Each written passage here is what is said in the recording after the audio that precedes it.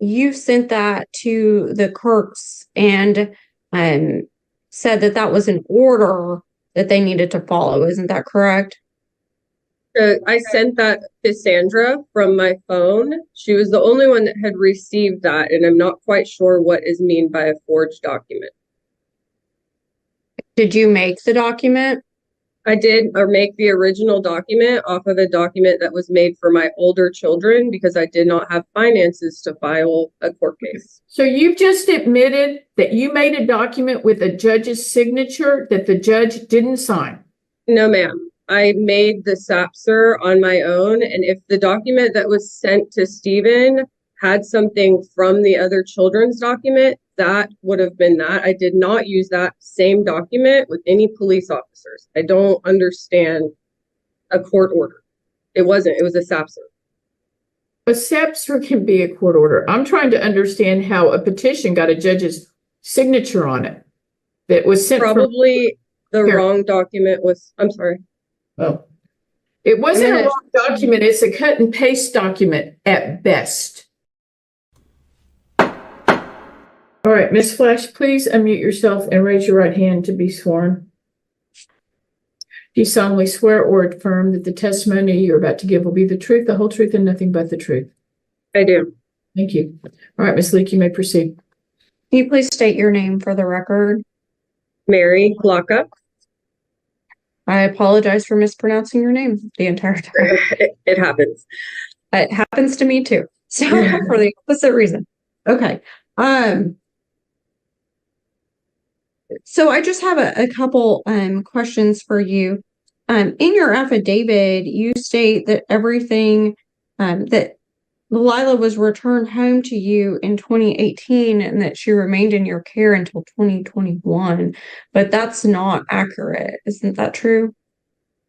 So Lila came home to me when the rest of the girls were returned back from CPS. We all lived in Copper's Cove together.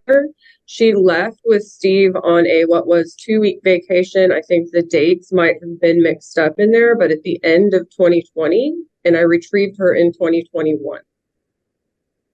I've shown pictures of her room and everything there. But in 2021, she was in kindergarten in New York. Isn't that correct? That is correct. That's when I had to go and pick her up from New York and bring her back to Texas. But that didn't occur until May of 2022. Isn't that correct? I will have to look. No, ma'am, you don't get to refer to notes when you testify. Okay. I'm sorry. All the dates are all over the place, but yes, she was home in 2022.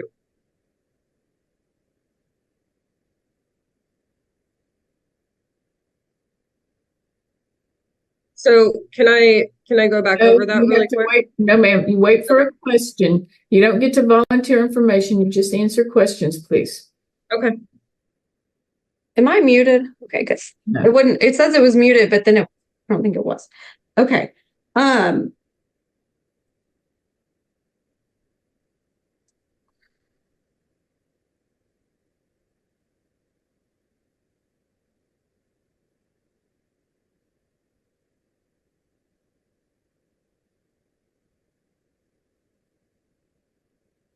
And in June of 2023, you knew that it was, well, I guess in May of 2023, you gave Lila back to Mr. Kirk. Isn't that correct?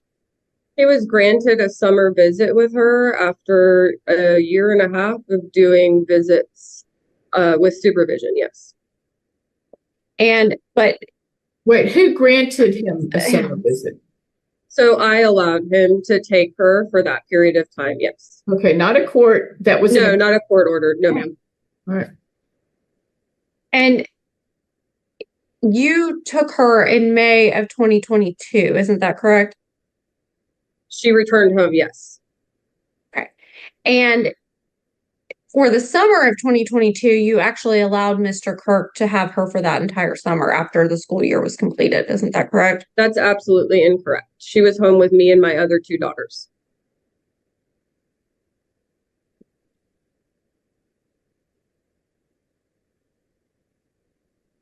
And you allowed Mr. Kirk to have weekend periods of possession with the child during the 2022 to 23 school year. Isn't that correct?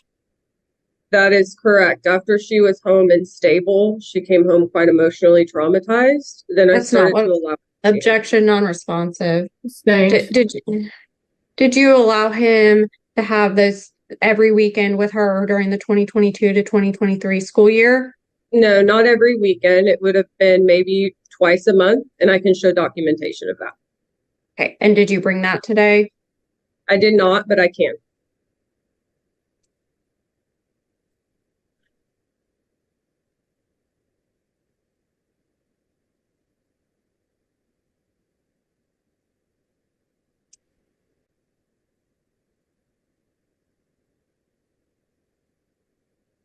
And in your affidavit, you allege that CPS removed the children from your home due to abuse allegations by your deceased husband. But if you review the CPS records, that's actually not correct. Isn't that true? There's a very long story that surrounds CPS. If we want to get into that, we can. But to me, it seems like 6 years ago. Just answer the questions again. Just please. Okay, it was not due to allegations. It started because of abuse from my husband that was deceased to my two older children. The reason that the children, the reason that all three children were removed from your care had nothing to do with any physical abuse allegations by your ex-husband. Isn't that correct? That's incorrect. So the reason they were removed, is that what you said? Can you state that again? From the CPS case that occurred in 2017, all three children were removed from your care, and you allege that that was because of physical abuse allegations by your deceased husband. That's not actually true. I'm sorry. No, ma'am. The CPS case began because of that. They were removed because I was dealing with severe depression after going through that while being in doctorate school and just having a child.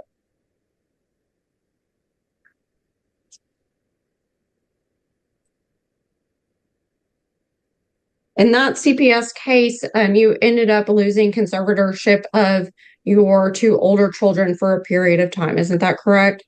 Yes, ma'am. Okay. And you allege that Mr. Kirk refused to drug test in that CPS case, but a review of those CPS records will reveal that he actually did drug test when CPS asked him to. Isn't that correct? Yes, ma'am. He did drug tests, but which after he left to Houston, and the CPS consistently tried to objection non-responsive. Sustained. Okay. This is okay. You listen to the question, but I'm gonna wait. We've already said CPS 6 years ago. That's not going to determine this jurisdictional issue. So we stop it. We don't need to go there. And that, Ms. Blankenship, I'm going to say the same thing to you if you get back there. I mean, I want to know. This is about when the lawsuits were filed in the kid's home state. This is not about the merits. The merits will be taken up by whichever court has jurisdiction. Understood, Your Honor. Miss, you state in your affidavit that he absconded and kidnapped Lila in August of 2023, but that isn't correct. Right? He left with the child in June of 2023. Late June to early July. Yes, that date is incorrect.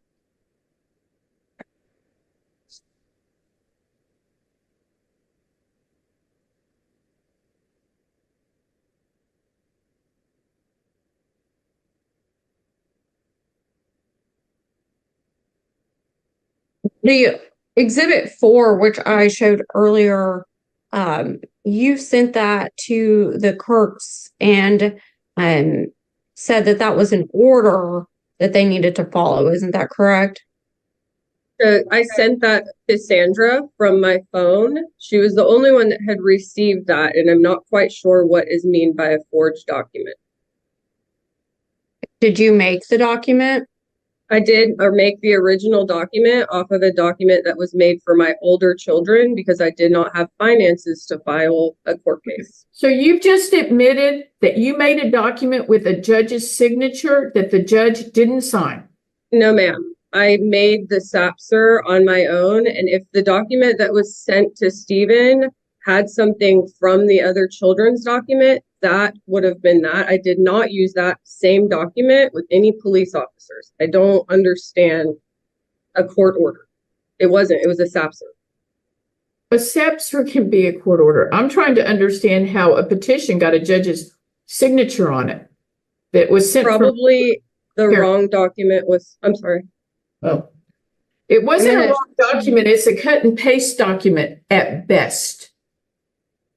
It was sent to his phone from my phone, and I did not make that into a forged document.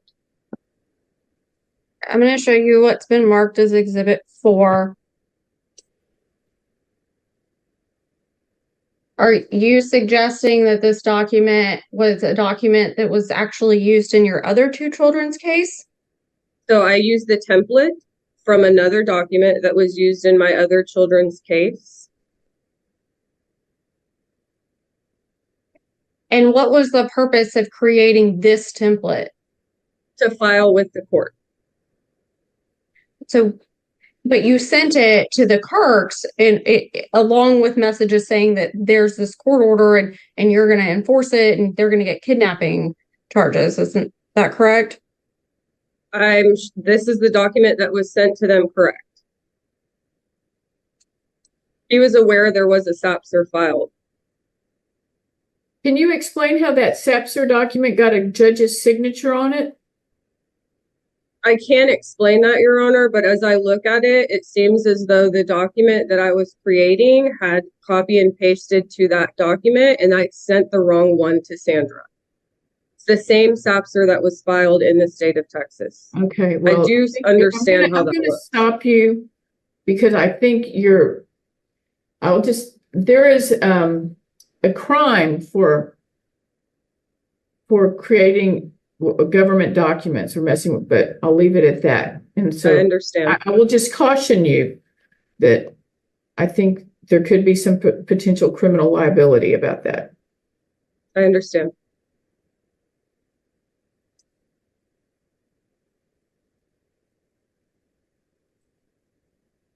I'll pass. Ms. Blankenship.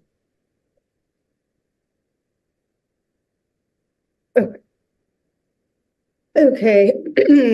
I'm going to try to limit these questions to address the jurisdictional issue. Mary, regarding the original SAPSR that was filed in 2017, there's been some testimony kind of questioning why there was no action taken, like between 2017, 2019 to late last year when you hired us. Can you just briefly explain why that was?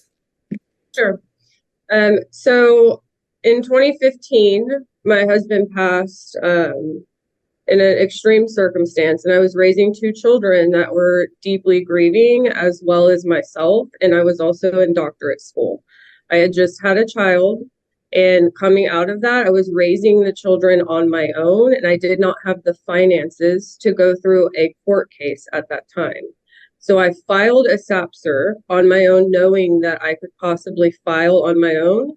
And from then on, I did not have the resources to actually go through with the case. And Stephen Kirk and I seemed to be getting along. And so at that time, it was not urgent.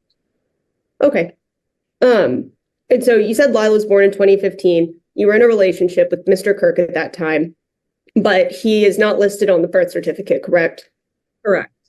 And so was that the reason you were filing the SAPSR, to try to establish some kind of paternity? Yes. So I filed the SAPSR to try to establish paternity through the state district attorney so that he could possibly pay child support. And we tried to serve him, I think, over 9 times, and he refused service. Okay. So between the time you filed the SAPSR to early 2019,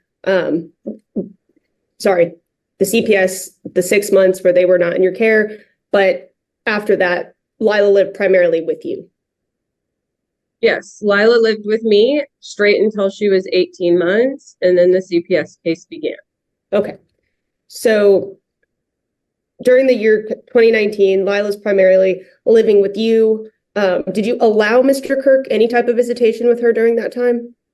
we were on good terms, and so we both spent time with her. He also spent time with her in Houston and back and forth, just because I didn't have the money for daycare.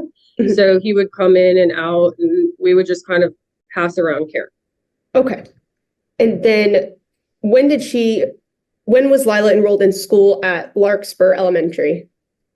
She was enrolled in school her second semester of kindergarten after she returned home from New York. And was that 2021? That was 2022. 2022. Okay, I gotcha. So, sorry to backtrack, but to May 2021, Lila was living with you primarily at that time. And did you allow Stephen to take Lila to New York during that time, around that time? So he had stated that he wanted to take her to visit family for about 2 weeks, which I said that would be fine. And it was during COVID, so they ended up staying quite a bit longer. And he said he would need to enroll her in school, which I was fine with because we were in the pandemic. Shortly after, he cut off all communication, and I had no idea where she was. Okay, so at first, due to COVID, you're like, all right, if you want her to be in school. At what point did you realize that you needed to intervene and try to go get her and bring her home? So I had bought her an iPad to keep her location. He began shutting off that iPad. I started to see their living conditions, and then I started to get calls from family whenever his phone was off. So I sent a private investigator out to locate him. And then I located him and saw that he had some very extreme drug use going on, and Lila was being completely neglected. Okay, neglected. So you hired the PI. How did you get Lila back at that point? So at that point, I went out to visit. Steve was extremely erratic. I'm not quite sure what he was using, but I was able to talk with him and kind of get an agreement that Lila would come back with me while he would get better. And that was an agreement with what his family was pushing, and the school in themselves that Lila was attending had been threatening. I'm going to object to any hearsay. Just staying. Okay. So you went and got her. Living conditions were poor. Can you describe Lila's state when she got back, like physically, educationally, emotionally? Yes, Lila was extremely behind all of her other classmates. She was unable to read. She couldn't write at all. She had over 12 cavities that we had to get taken care of. She was extremely emotionally traumatized. She would spend hours screaming, and me and her sisters would have to just love and hold. Objection on hearsay. Overruled. She didn't respond. Sorry. But she's going beyond the Okay, go on. Let's ask the next question. So after dealing with this incident in 2021, you get her back. How were things from then until June of 2023 when Mr. Kirk ran off with her again? How was that? I'm sorry. Just like how was that time? You get her back in 2021. How are things up until about June of 2023? So it was kind of a beautiful time. Her sisters and I were all able to finally bond without Stephen Kirk in the picture. And she began to read and really start to talk about her schoolwork and how much she loved it. Her and her older sister were really able to find a connection, and my heart was whole at this point. Okay. That's wonderful to hear. So there's been a lot of testimony, and the kind of crux of this is that there was an agreement that you were okay with Lila moving to New York indefinitely, permanently. Is that true? That is absolutely false. Okay. So you did allow Steve to take her last summer. Under what was your understanding of that agreement for the summer visit? My understanding was that he was going to take her and he was going to visit with family and then bring her home. Okay. I'm going to show you what has been marked as Exhibit P29. Maybe. Your Honor, do I share my screen to do this? Sorry, I've never. Yes, you share your screen. Okay.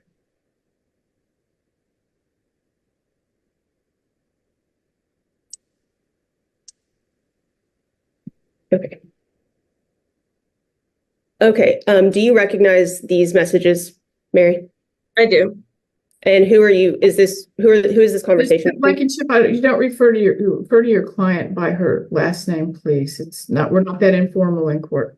Apologies. Ms. Flocka, who is this conversation with? That's with me and Stephen. Okay. I would like to, offering to admit P29. I'm gonna object. There's no time frame established. There's no date stamps on these text messages. I don't know when they were done. Sustained unless there's an appropriate predicate. I have the date stamp if we need that. Yes, she sent me the dated ones during lunch. I wasn't able to upload them in time. Well, she's got the objection sustained. As They're to uploaded. this exhibit, the way you're trying to get it in.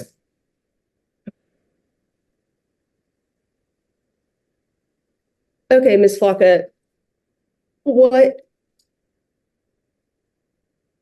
at any point, did Stephen ask you about staying in New York with Lila permanently? Absolutely not. Okay. What your understanding was that he was visiting his family up there and he would bring her back. At what point did you realize that he was not coming back with the child?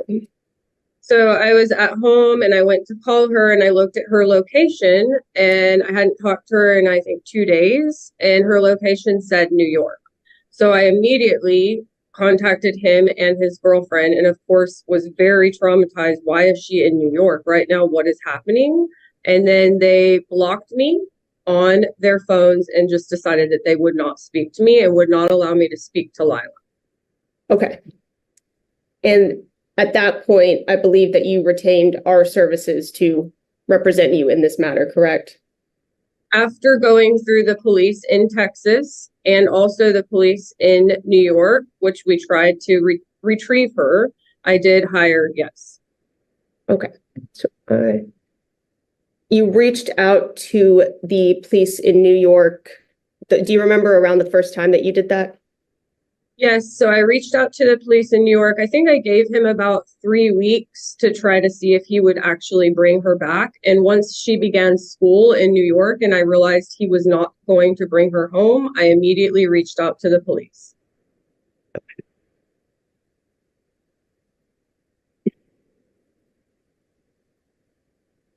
Okay.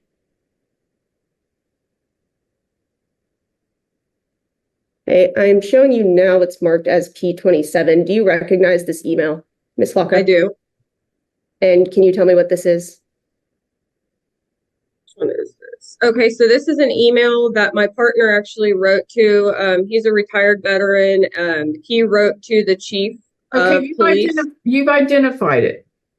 That's Yes. all she asked you. Can you identify it? I can. Okay, you just did. I'd like to admit Exhibit P27. I'm gonna object. It's all hearsay. Sustained. She just said it was written by someone else. Sustained.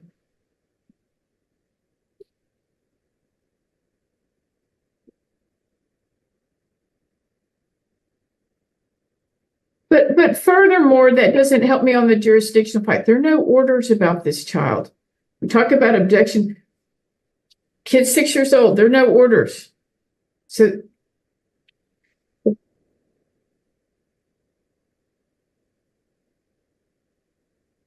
But Ms. Flocka, you tried to bring the child back. When you allowed Stephen to take her, there, as has been said, there's no court orders in place. So why was it that you, even with him have done something similar before, why was it that you allowed this summer visit to New York with him?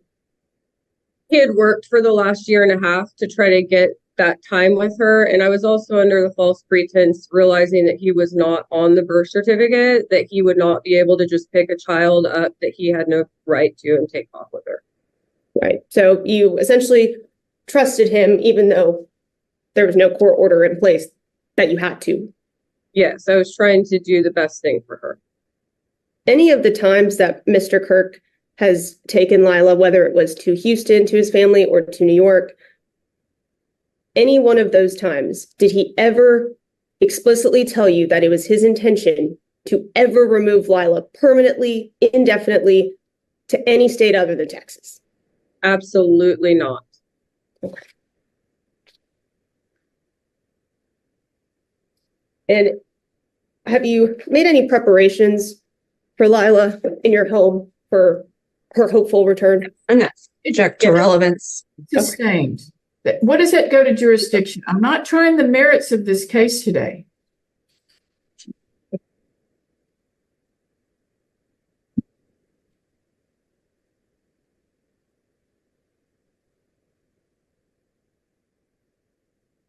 The school year of 2022 to 2023, Ms. Flocka, Lila was enrolled at Larkspur Elementary School, correct? Correct. What health insurance is she enrolled on? She's had Texas Medicaid her whole life. Okay. And has the child ever lived, besides the summer visits, weekends with Mr. Kirk, she ever known any other state as home where she goes after school? Absolutely not. Except for the last school year. Right? When we were unable to retrieve Hold her. on. That's a yes or no.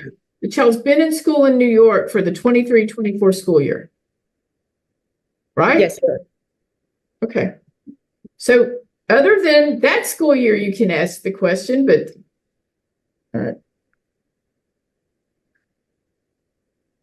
Go ahead. When the school year started in 2023, Mary, after you hired us, we filed a ex parte temporary restraining order, correct? Correct. And then we had an order extending that TRO just 2 weeks later. Correct. And we had two orders for a writ of attachment signed by Judge Iserloh, and I believe it was Judge Iserloh. Correct. Okay, so you tried to do something during the school year of 2023. I did. Okay.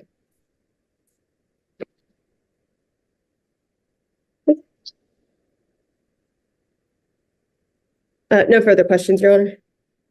Ms. Lee, do you have any? Just a few. You indicated that CPS or that Lila was only out of your care for 6 months due to CPS, but the records show that it was at least a year. Is that correct? It was around 8 months. It started in January of 2017, and we have records that show that in January and February of 2018, Lila was still in Mr. Kirk's custody. Do you disagree with those records? I do, because Lila was never permanently removed from me. He removed her to Houston, and whenever he decided, he just brought her back because she was no longer part of the case.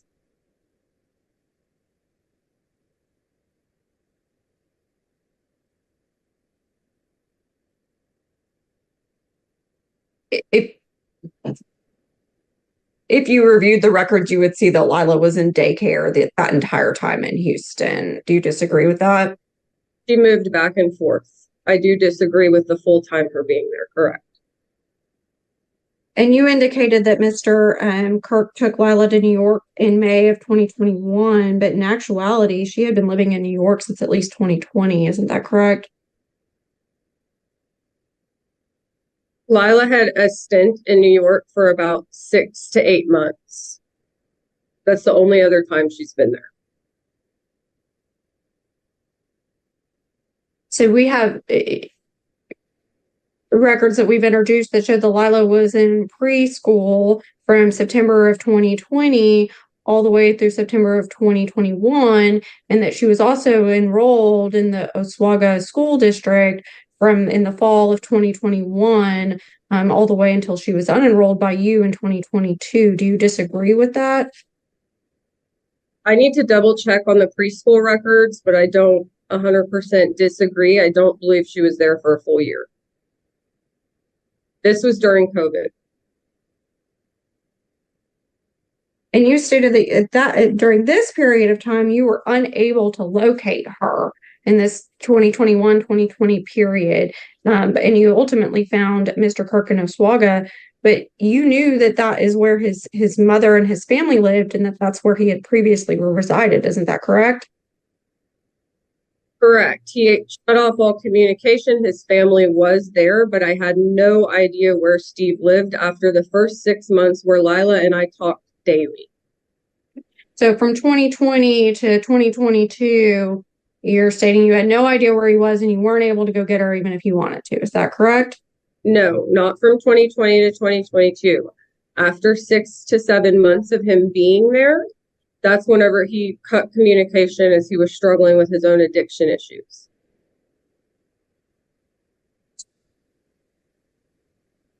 So 6 to 7 months after he would have been there, see if they were there, and we have shot records and daycare records that show she was there in September of 2020. 6 months would have put you in March of 2021, but you didn't go up to go get Lila until May of 2022. Isn't that correct? I had visited her once in November for the holidays. And then after all of that communication cut off, yes, I came back after I located where he was living and came to pick her up.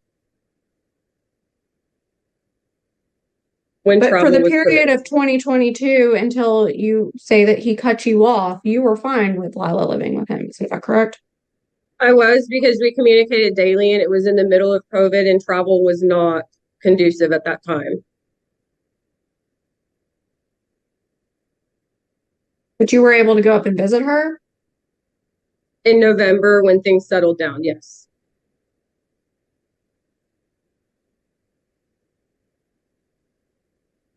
You indicated that you were blocked from both Stephen and Ms. Kirk's phones, but it's accurate that you were only blocked from Ms. Kirk's phone. Isn't that correct? Yes, Ms. Kirk refused to give me Stephen's phone number until she blocked me, so all communication had to go through her. But you did have Stephen's phone number after that. I did Isn't not. that correct? No, I did not. He changed his number when he moved. And your other two children were communicating with Stephen and had his number during this time period. Isn't that correct? That's incorrect. I uploaded a text that Mia may be able to show, but my daughters have tried to reach out to Lila multiple times, and Stephen has told them Lila does not want to speak to them.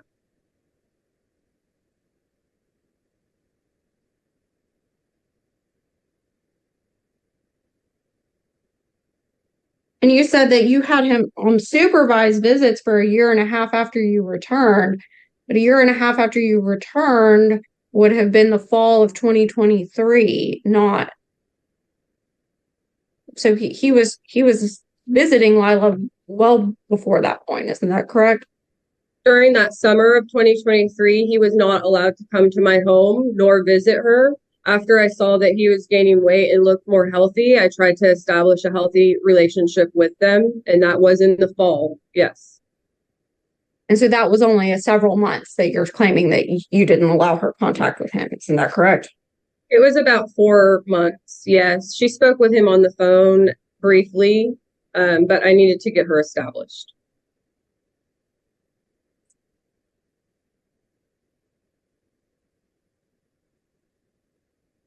And you admit that Lila has lived in New York since June 18th of 2023, is that correct? Do you admit that? Despite every effort, correct.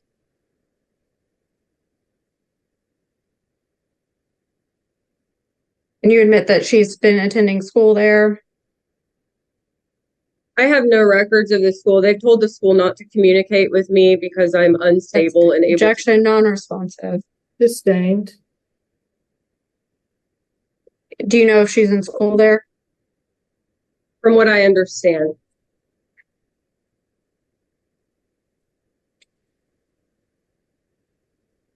And have you had the opportunity to speak with the attorney that's been appointed for Lila in the New York case? I requested from Steve and Sandra their information, and I tried to also talk to the court to get her information. I was told that I cannot obtain her information, and Stephen told me that I should not be speaking to her. But the question is, have you spoken to No, ma'am. Okay, not all that other stuff, just have you spoken to her?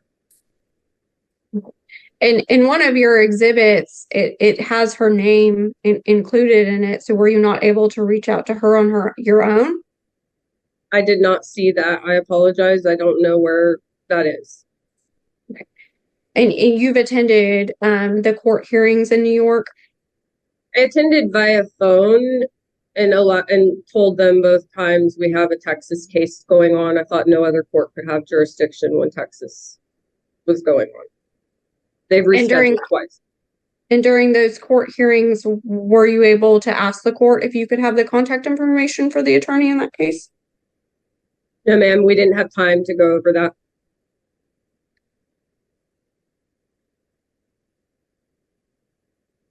I'll pass. Ms. Blankenship. Thank you, Your Honor. Just one quick thing regarding the New York case, Ms. Flocka. Why did you phone in to the court hearing? Did you get any correspondence from the New York court? I got a voicemail stating if I did not attend, I would be held in contempt of court and they would issue orders. Okay, thank you. That's it, Your Honor.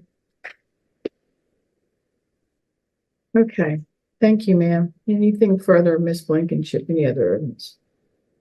No, ma'am, Your Honor. Okay, so I think at this point, what I need to do is try to reach out to the judge. Ms. Leek, where did you send that information? I sent it to Ms. Chambers, and I can send it to someone else if you prefer. I sent Ms. Chambers a message. Go ahead and send it to, and did you CC Ms. Blankenship on that? Yes, she did. And Mr. Lilly. Judge, you might want to have her send it to me. I think Victoria stepped out. Well, I just sent it to the, yeah, that's right. I forgot Ms. Chambers is gone for the afternoon because she was, so send it to my submission email address, please. Okay. It's 419.submission singular at traviscountystx.gov.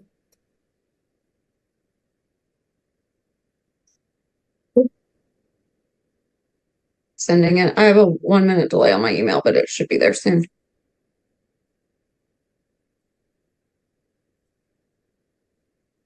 Okay. So I'm going to reach out and see how quickly I can set up a conference with what's the judge's name, Ms. Leek? It's Rosario, Judge Rosario, and the way the New York attorney explained it to me. Go ahead. I'm sorry. I have it now. Okay. I think it's similar to the associate judges that we have here. They have court referees. Okay. That hear certain matters. Can you also, I'm going to need the cause number for the New York. Yes. So can you please I'll attach everything I just attach a single pleading or the most recent order. I guess I can put in the box, but it's all in one place. Yeah, okay. You can both send me proposed orders if you want, or I'll get you a letter ruling or an order. But I can't rule until I set up a conference with the New York judge, which I will do as quickly as possible. And then, Judge, unfortunately, I have to withdraw, and so I would like for that motion to be heard as well. But Ms. Leek, I can't. The local rules say I can't let lawyers withdraw until there's an order from whatever hearing they participated in. So, is everybody agreed to the withdrawal? Yes, I mean my client agrees. Yeah. Has Ms. Blankenship signed off on the proposed order? I have not, Your Honor. Here's the deal, Ms. Leek. You participated in this hearing. The local rules say I can't let you off till I have an order on a hearing that you participated in.